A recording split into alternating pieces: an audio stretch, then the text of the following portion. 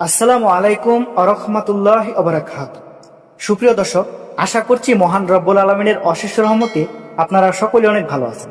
প্রিয় দর্শক, আবু সাইদ নামে একদিনই ভাই আমাদের মাঝে প্রশ্ন করেছেন এবং উনি জানতে চেয়েছেন যে মুখতারাম সাহেব, ঘোড়া দিয়ে কুরবানি করা যাবে কিনা। তো আমি আমার বন্ধুদের কাছে শুনেছি যে ঘোড়ার মাংস খাওয়া হালাল। তো আমরা সম্প্রতি দেখেছি যে বাংলাদেশের মধ্যে এক অঞ্চলের মধ্যে ঘোড়া জবাই হয়ে তারপর ঘোড়ার মাংস বিক্রি হচ্ছে এবং এটা মানুষ রান্না করে খাচ্ছে। তো এটা নিয়ে অনেক আলেমেরা ফতোয়াও দিয়েছে যে এই ঘোড়ার মাংস খাওয়া হালাল।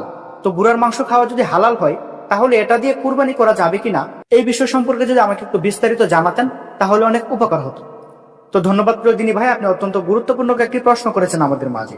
তো আমরা ইনশাল্লাহ আপনার প্রশ্নটির যথার্থ উত্তর দেওয়ার চেষ্টা করব, তাই ভিডিওটি না টেনে সম্পূর্ণ দেখার অনুরোধ রইল। তো প্রিয় ভাই দেখুন, ঘোড়া একটি শক্তিশালী ও মূল্যবান প্রাণী, কিন্তু প্রশ্ন হচ্ছে ঘোড়া দিয়ে কুরবানি করা যাবে কি। তো দেখুন, ইসলামে কুরবানির জন্য নির্দিষ্ট কিছু প্রাণীকে বৈধ বলা হয়েছে, যেমন এর মধ্যে গরু, ছাগল, ভেড়া, মহিষ ও উট অথবা দুম্বা, এই প্রাণীগুলোকে বলা হয় গৃহপালিত চতুষ্সম্পদ।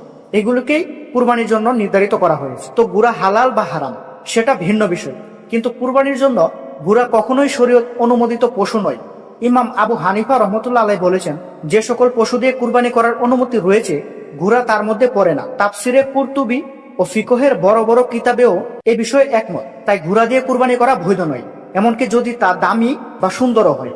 সুতরাং ইসলামের শরীয়তের আলোকে ঘোড়া দিয়ে কুরবানি করা যাবে না। তাই আমাদের উচিত নির্ধারিত গৃহপালিত পশু যেমন গরু, ছাগল, ভেড়া, দুম্বা, উট এবং মহিষ এগুলো দিয়ে কুরবানি করা। এগুলো দিয়ে কুরবানি করাই উত্তম, কারণ এগুলো হচ্ছে গৃহপালিত পশু। এগুলো দিয়ে কুরবানি করার কথা বলা হয়েছে।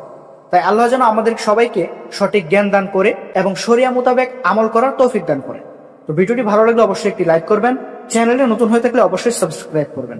সকলেই ভালো থাকবেন, সুস্থ থাকবেন। আসসালামু আলাইকুম, আল্লাহ হাফেজ।